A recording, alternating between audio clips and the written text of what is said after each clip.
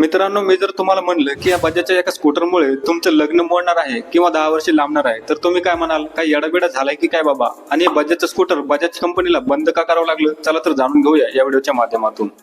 तर मित्रांनो, ही गोष्ट आहे 1972च्या काळातील, जेव्हा बजाज कंपनीने त्यांची बजाज चेतक ही स्कूटर भारतीय बाजारामध्ये लॉन्च केली होती.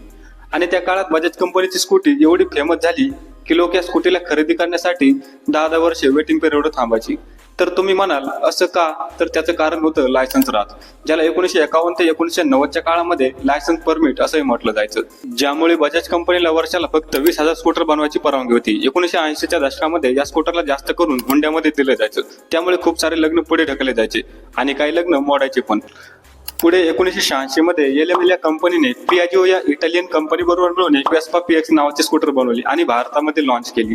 जिथे बजाज चेतकचे इंजन स्कूटरच्या एका साईडला लावलेले असायचे, तिथे वेस्पा पीएक्स या स्कूटरचे इंजन मध्यभागी लावलेले होते, ज्यामुळे हे स्कूटर भारतातील कच्च्या रस्त्यावरही भारतातील माणसांना चालवायला सोपे जायचे.